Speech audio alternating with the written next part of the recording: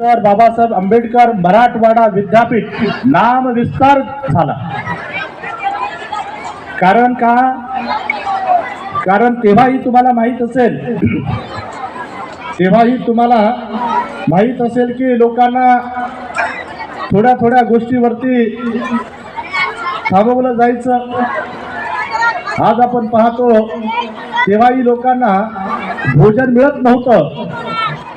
तेव्हा तर आपल्या हक्काच्या काही गोष्टी पण नव्हत्या. पण त्या लोकांनी असा विचार केला नाही की आम्हाला हे नाही तर आम्ही हे काम करणार नाही. त्याने स्वतः जीवाचं रान करून, मेहनत करून, कष्ट करून या विद्यापीठाला नाव मिळवून देण्याचं काम केलं. या विद्यापीठाचा नाम विस्तार करण्याचं काम केलं. जे की साधारणपणे त्या काळामध्ये एका व्यक्तीनं म्हटलं होतं, ज्याच्या घरात नाही पीठ, ज्याच्या घरात नाही पीठ ते मागते विद्यापीठ. आपण जरा नीट ऐका.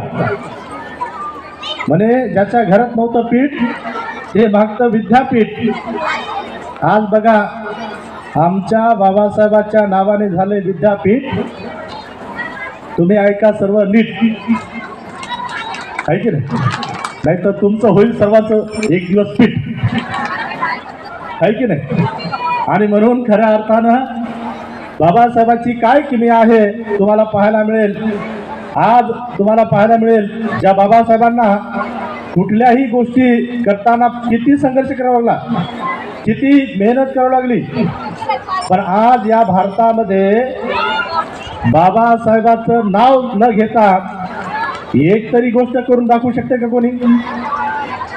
चाहे बाबासाहेबांच्या संविधानाला मानणारे असोत की मानणारे नसोत, तरी सुद्धा बाबासाहेबांच्या जायचं असेल तर 2 पावलं मागे येऊन थोडं थांबलं पाहिजे, विचार केला पाहिजे. आणि त्यासाठी काही काळ तुम्ही शांतचित्ताने बसाल अशी अपेक्षा करते. बसला नाहीत तरी हरकत नाही. आमचं काम आहे की आम्हाला बुद्ध सांगायचं आहे, आमचं काम आहे आम्हाला बाबासाहेब सांगायचं, तर मी ते सांगणार आहे. मला खूप आनंद वाटतो, मला अभिमान वाटतो की या धम्मपीठावर मला तुमच्याशी संवाद करण्याची संधी भिक्खूगणाने दिलेली आहे.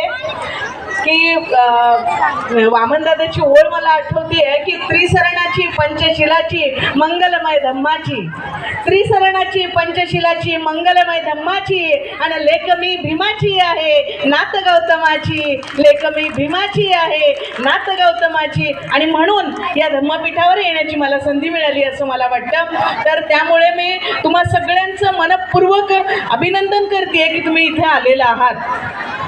बंतेजींनी बोलताना सांगितलंय की काय काय परिस्थिती बिकट होती आणि कशा कशा परिस्थितीतून इथे आलं. इथे येणं काही सोपं नव्हतं. ज्याच्या घरात नाही पीठ त्याला कशाला हवं विद्यापीठ, असं लोक म्हणत होते. आणि काय प्रचंड हिंसाचार झालेला आहे, कशा कशा पद्धतीनं आपल्यावर अन्याय अत्याचार झालेला आहे. तुम्हाला माहीत आहे, माझ्या माय भगिनी बसलेल्या आहेत, काही सिनियर आहे, तुम्ही पाहिलं असेल 25,000 लोकांना त्या सगळ्या त्रासाला, त्या छळाला सामोरं जावं लागलेले. 67 दिवस हिंसाचार चाललेला होता.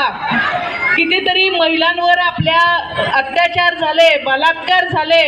काही लोकांना 900 लोकांवर हिंसाचाराचे प्रसंग आलेले, घरं जाळले गेलेले, लोकांना घरातून बाहेर जावं लागले, स्थलांतर करावं लागलं. काही लोक जंगलामध्ये गेले, काही लोकांनी स्थलांतर केलं आणि ते परत आले नाही आपल्या मूळ गावात, आपल्या ठिकाणी. हे तुम्हाला माहीत आहे. हे सगळं कशासाठी आहे? हे सगळं कशासाठी आहे की हे जे विद्यापीठ जिथून आता तुम्ही आलात इकडे, त्या विद्यापीठाला महामानव डॉक्टर बाबासाहेब आंबेडकरांचं नाव द्यायचं नाही अशा विचाराचे काही लोक होते. आणि म्हणून ते म्हणले की यांना काहीतरी दहशत आपण घालू, म्हणजे मग हे लोक शांत बसतील आणि बाबासाहेबांच्या नावाचा आग्रह धरणार नाही. घडलं का तसं? 17 वर्ष संघर्ष चाललेला आहे, लोकांनी प्राणाचं बलिदान केलं.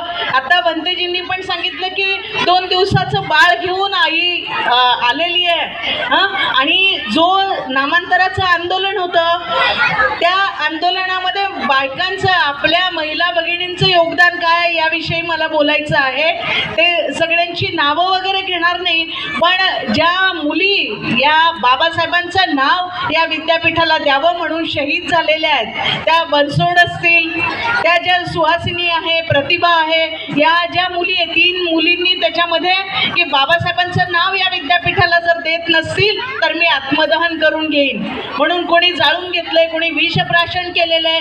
गौतम वाघमारे, तुम्ही माहिती आहे, तिकडनं आलेले असाल, त्यांना सांगितलं की बाबासाहेबांचं नाव जर विद्यापीठाला देत नसाल. वंदनीय भंतेजी, आज डॉक्टर बाबासाहेब आंबेडकर मराठवाडा विद्यापीठाच्या नामविस्तार दिनानिमित्त प्रतिभाताई आहिरे आणि इतरांचं व्याख्यान आयोजित केलं होतं. काय सांगाल त्याबद्दल?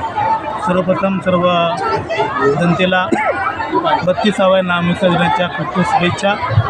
उपासकांनो, धम्मभूमी बुद्धलेणी औरंगाबाद या ठिकाणी 32व्या नामविस्तार दिनानिमित्तानं व्याख्यानाचं आयोजन केलं होतं. भिक्खू संघाचे जबरदस्त आयोजित केले होते. आमचे गुरुवर्य पूजनीय भदंत विश्वदानंद महावीर यांच्या प्रेरणा, यांच्या मार्गदर्शनाखाली गेल्या अनेक वर्षापासून या ठिकाणी आपण कार्यक्रम साजरा करतो. नामविस्ताराचं महत्त्व संपूर्ण मराठवाड्याभर लोकांना पटावं, लोकांना महत्त्व समजावं याकरता हा कार्यक्रमाचा उद्देश असतो. भरपूर लोक संपूर्ण मराठवाड्यामधून येत असतात, त्यांच्यासाठी आपण भोजनाची व्यवस्था करत असतो. तर सुंदर अशा प्रकारे कार्यक्रम संपन्न होत असतो. या ठिकाणी आज साहित्यिका प्रतिभाताई आहिरे आल्या, विवेक मोडेसुद्धा साहेब येणार आहेत आणि दिवसभर कार्यक्रम सुंदर चालणार आहे.